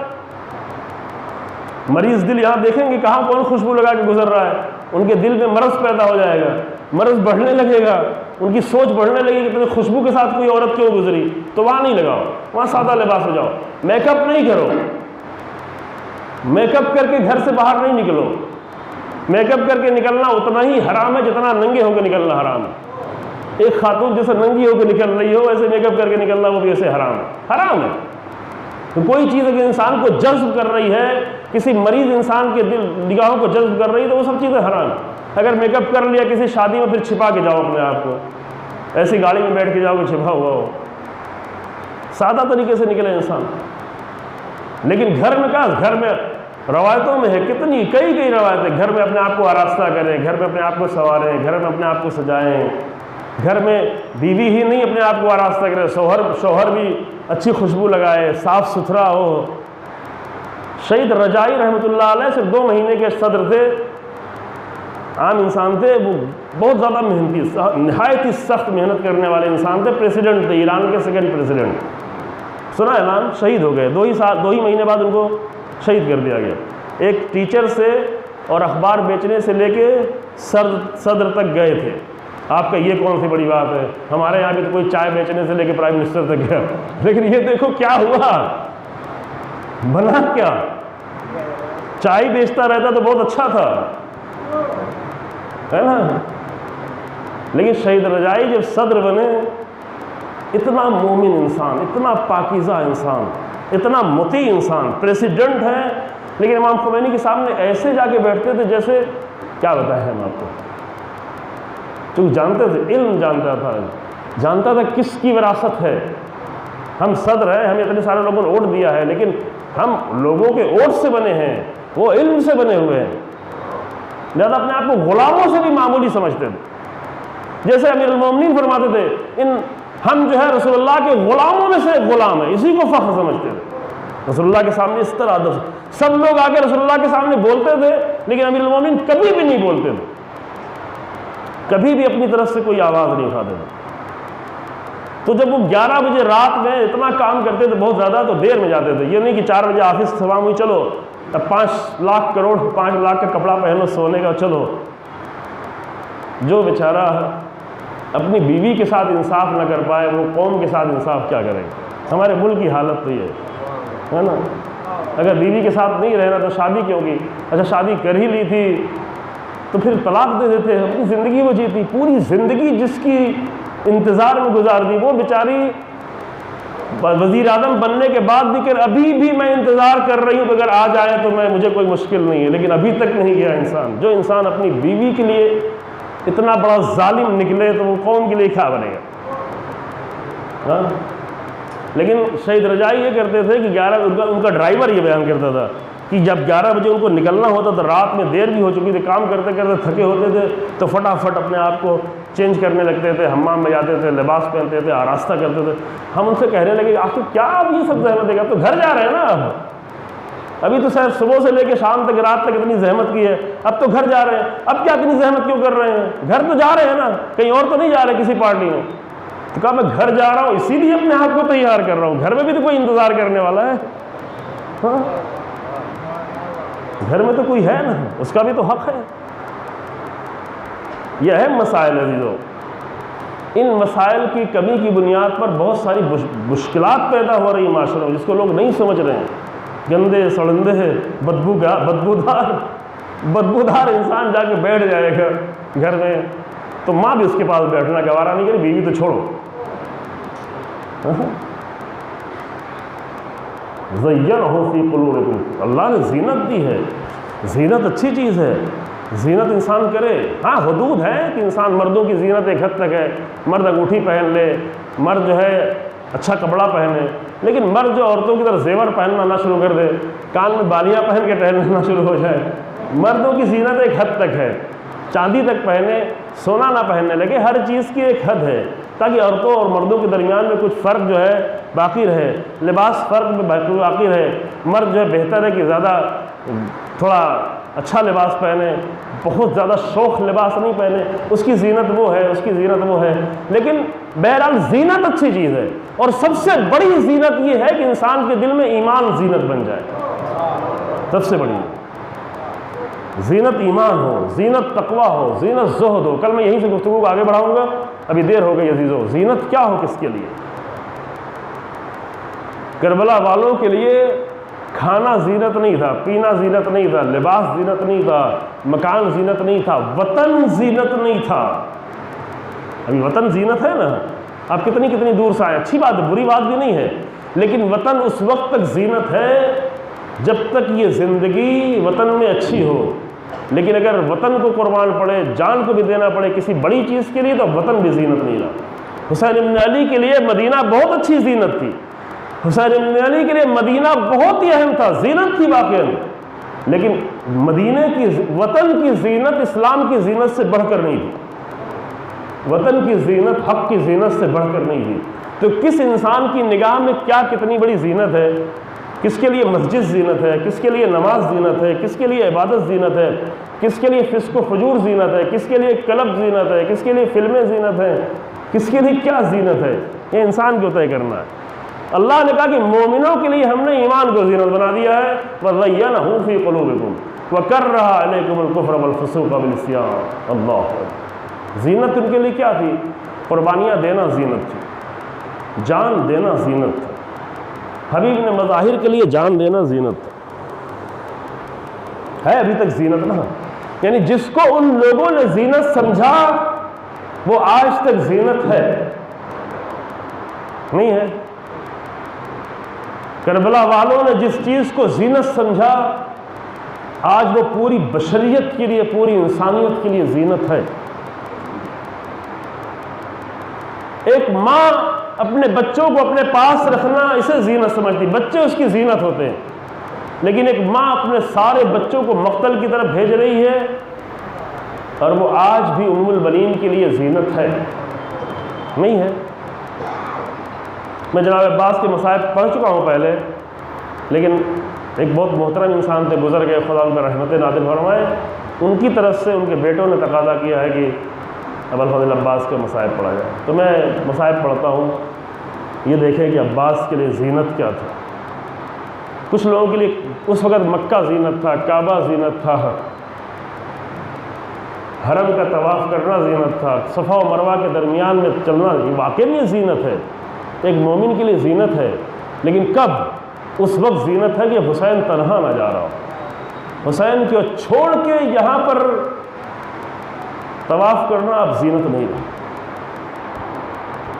وہ کہ جو اپنے جوان بیٹے کو مقتل میں بھیج رہا ہے اور ہم یہاں بکریوں کو قربانی کی فکر کر رہے ہوں، بکروں کو قربانی کر کے لوگوں کو دینا یہ زینت ہے، مینا میں قربانی کرنا یہ اچھی بات ہے، لیکن اس وقت جب حسین کا علی اکبر شہید ہونے نہیں جا رہا، جب 6 مہینے کے بچے کی قربانی نہیں ہے، اب یہ زینت نہیں رہا۔ ہر ماں کے لیے اپنے بچے بہت بڑی زینت ہوتے ہیں، ماں کو سب کچھ گوارا ہوتا ہے لیکن اپنے بچوں کی زندگی سب سے زیادہ عزیز ہوتی ہے۔ لیکن ایک ایسی ماں جو 20 سال پہلے بیوہ ہو چکی ہے، 20 سال بیوہ رہنے کے بعد جب چھوٹے چھوٹے بچوں کو بڑا کیا اور جوان کیا، تو جوان ہونے کے بعد اب یہ بچے کتنی اس ماں کے لیے زینت بنیں گے، لیکن اس ماں کی نگاہ میں اپنے پاکیزہ، عالم، فقیہ، بااخلاق، باکردار، خوبصورت، حسین یہ بچے زینت نہیں ہیں بلکہ ان کی شہادت زینت۔ کیسے زینت بنتی ہے؟ ام البنین کیا ہے؟ ام البنین کسی بڑے قبیلے نبیوں کے خاندان کے نہیں ہیں، لیکن انہوں نے اپنی زندگی میں زینت کیا بنایا؟ امیر المومنین کے در پہ آنے کے بعد زندگی کی زینت کیا بنائی؟ ہم بھی امیر المومنین کے در پہ بیٹھے ہوئے ہیں، لیکن ہم نے اپنی زینت کیا بنائی؟ ام البنین نے زینت کیا بنائی؟ ام البنین نے 4 بیٹے دیے امیر المومنین کو، ایک ماں کا ہدیہ تھا بیوی کا اپنے شوہر کے لیے، لیکن وہ بیٹے جب امیر المومنین کی شہادت ہوئی تو ایک بیٹا بھی چند مہینے کا ہے، 1-2 مہینے کا، یا شاید شہادت کے بعد پیدا ہوا ہو، اس میں تاریخ میں تھوڑا اختلاف ہو سکتا ہے، آخری بیٹا پیدا ہوا تھا یا شہادت کے بعد پیدا ہوا، جو 19-20 سال عمر بتائی جاتی ہے، اگر 19 سال عمر ہے اس کا مطلب شہادت کے بعد پیدا ہوا۔ عثمان، جعفر، عبداللہ، ایک بیٹا ابھی 2 سال کا ہے، ایک بیٹا ابھی صرف 4 سال کا ہے، اور ابوالفضل عباس وہ 12 سال کے، 12-13 سال کے۔ تو جو امیر المومنین کی شہادت ہوتی ہے تو ام البنین کے پاس 4 بیٹے ہیں، ایک سب سے بڑا بیٹا 12-13 سال کا، دوسرا بیٹا 4 سال کا، تیسرا بیٹا 2 سال کا، اور چوتھا بیٹا یا 1-2 مہینے کا ہے یا شہادت کے بعد پیدا ہوا۔ اب جس ماں نے اپنے ان چھوٹے چھوٹے بچوں کو اتنے عظیم انسان میں تبدیل کیا ہو، ہمارے بچے شاید ہمارے لیے زینت نہ بن پائیں، لیکن ام البنین کے بچے تو اس ماں کے لیے ضرور زینت تھے، ہر لحاظ سے زینت تھے، صرف شکل کے لحاظ سے زینت نہیں ہے۔ جب مدینہ کی گلیوں میں عباس اور ابوالفضل عباس کے بھائی اور اکبر نکلنے لگتے تھے، جانے لگتے تھے، تو لوگ ٹھہر ٹھہر کے دیکھتے تھے کون جا رہا ہے، کتنے خوبصورت لوگ جا رہے ہیں، کتنے بااخلاق لوگ جا رہے ہیں، کتنے عظیم کردار کے مالک لوگ جا رہے ہیں، کتنے باادب لوگ جا رہے ہیں، ان کے چلنے کا انداز کیا ہے، ان کے دیکھنے کا انداز کیا ہے۔ تو جو اتنے حسین اور اتنے خوبصورت اخلاق کے بچے ہوں وہ ماں کے لیے کتنی بڑی زینت رہے ہوں گے، لیکن 20 سال کی بیوہ ماں کہتی ہے کہ میرے 4 بچوں کو حسین ابن علی کے ساتھ جاؤ۔ اس ماں نے یہ نہیں کہا کہ آخر میں بیوہ ہوں، میں بوڑھی بھی ہو چکی ہوں، اب میرا آقا حسین بھی اس مدینے میں نہیں رہے گا تو میرا کون ہوگا یہاں؟ اگر حسین ابن علی ہوتے تو کوئی بات نہیں، اب تو میرا آقا حسین بھی نہیں ہے، میرا حسین بھی جا رہا ہے، بنی ہاشم جا رہے ہیں، میں بوڑھی ہوں، میں بیوہ ہوں، میں 20 سال سے بیوہ ہوں، تو کم سے کم کیا اس ماں کو یہ حق نہیں تھا کہ اپنے 4 بچوں میں سے ایک ہی کو روک لیتی؟ سمجھے ام البنین کیا، سمجھے ام البنین کے لیے زینت کیا ہے، ہماری زینتیں کیا ہے، اس ماں کی زینت کیا ہے۔ ام البنین اگر صرف عباس کو بھیج دیتی اور اپنے 3 بچوں کو بھی روک لیتی تو تاریخ کوئی بھی الزام نہ رکھتی، کہتی عباس کو کربلا کے لیے، حسین ابن علی کے لیے چاہا گیا تھا، ماں نے تو بھیج دیا، باقی بچے اس کی سہارا بنیں گے، لیکن اس ماں نے ایک کو نہیں، یہ کرتی 2 کو بھیج دیتی، 2 کو روک لیتی، 3 کو بھیج دیتی، ایک ہی بیٹے کو روک دیتی کہ میرے لال ایک تو ٹھہر جاؤ کہ اس ماں کا سہارا بنو۔ لیکن اللہ اکبر، اس ماں کے لیے تو فقط اپنے بیٹوں کی قربانیاں ہی زینت بنی ہیں، سب کو بھیج دیا، 4 بیٹوں کو حسین بن علی کے ساتھ بھیج۔ بہت سارے بنی ہاشم کے لوگ نہیں آئے، بنی ہاشم کے بہت زیادہ لوگ نہیں آئے، لیکن ام البنین نے اپنے 4 بیٹے میدان میں بھیج دیے۔ اور عاشور کے دن، بس تمام کیا، عاشور کے دن ابوالفضل عباس نے پہلے اپنے 3 بھائیوں کا لاشا اٹھایا ہے، پھر خود مقتل میں گئے۔ عباس کے لیے اپنے بھائیوں کی قربانی دینا یہ بھی زینت تھا، حسین ابن علی، اللہ کی راہ زینت، بھائیوں کا لاشا اٹھا، ایک ایک یہ کہنا آسان ہے، آپ کا سن لینا آسان ہے۔ جن بھائیوں کو باپ کی طریقے سے پالا ہو کہ باپ کی شہادت 20 سال پہلے ہو گئی ہو، جن کو اتنا چاہا ہو، ہم اتنا اپنے بھائیوں کو نہیں چاہ سکتے، جس کا ایمان زیادہ ہوتا ہے وہی اپنے بھائی کو زیادہ چاہتا ہے۔ ابوالفضل عباس جانتے ہیں کہ میرے بھائی کون ہیں، امیر المومنین کے یہ بچے، ان کو کیسے چاہا جائے، جنہوں نے اتنے پیار سے ان کو پالا ہو، ان کے لاشیں اٹھا اٹھا کے لا رہے ہیں، لاشیں اٹھا اٹھا کے لا۔ اور جب اس ماں کو خبر دی گئی، بس آخری جملہ ہے، جب اس ماں کو خبر دی گئی ام البنین اب تمہارا کوئی بھی بیٹا باقی نہیں رہا، تو اس ماں کو اپنے بیٹوں کی کوئی پرواہ نہیں ہے، فقط سوال یہ ہے کہ زہرا کے لال کو کیا ہوا، میرا حسین کیا ہوا، میرے حسین کو کیا ہوا۔ گریا کرتی تھی تو حسین کے لیے گریا کرتی تھی، تو فاطمہ کے لال کے لیے گریا کرتی تھی، اپنے دوسرے بچوں کے لیے تو کچھ گریا ہی نہیں کرتی تھی، فقط عباس کے لیے اتنا کہہ کے مرثیہ پڑھتی تھی۔ عزیزو، جب ام البنین جا کر بقیع میں مرثیہ پڑھتی تھی، رسول اللہ کے قریب جا کر، چونکہ بقیع اور رسول اللہ کے روضہ بالکل قریب ہے، جب وہاں جا کے بیٹھتی تھی ائمہ کی قبر اور رسول اللہ کے روضے کے پاس، اور یہ بیوی جب مرثیہ پڑھتی تھی تو مرثیہ ایسا سوزناک اور دردناک ہوتا تھا کہ مروان جیسا ظالم بھی وہاں سے گزرتا تھا تو کھڑے ہو کے رونے لگتا تھا۔ کیوں نہ روتا؟ ایک ماں جب آ کر مرثیہ پڑھ رہی ہے، حسین کا مرثیہ، اے میرے آقا حسین، اے میری فاطمہ کے لال حسین، اور اپنے بچوں کے لیے فقط ایک مرثیہ پڑھتی تھی، اے میرے لال عباس، مجھے یہ خبر دی گئی ہے کہ جب تو گھوڑے سے گرا تو تیرے ہاتھ کاٹ دیے گئے تھے، اگر تیرے ہاتھ نہ کٹے ہوتے تو کس میں مجال تھی جو میرے حسین کے قریب آتا، کس میں جرات تھی جو تیرے قریب آتا۔ ام المنین کی ان عظمتوں پہ سلام کہ 4 بیٹوں کی قربانی دے کر تاریخ کی زینت بن گئی۔ انا للہ و انا الیہ راجعون۔ سيعلم الذين ظلموا أي منقلب ينقلبون ربنا تقبل منا إنك أنت السميع العليم بحق محمد وعترته الطاهرين ماتم حسين۔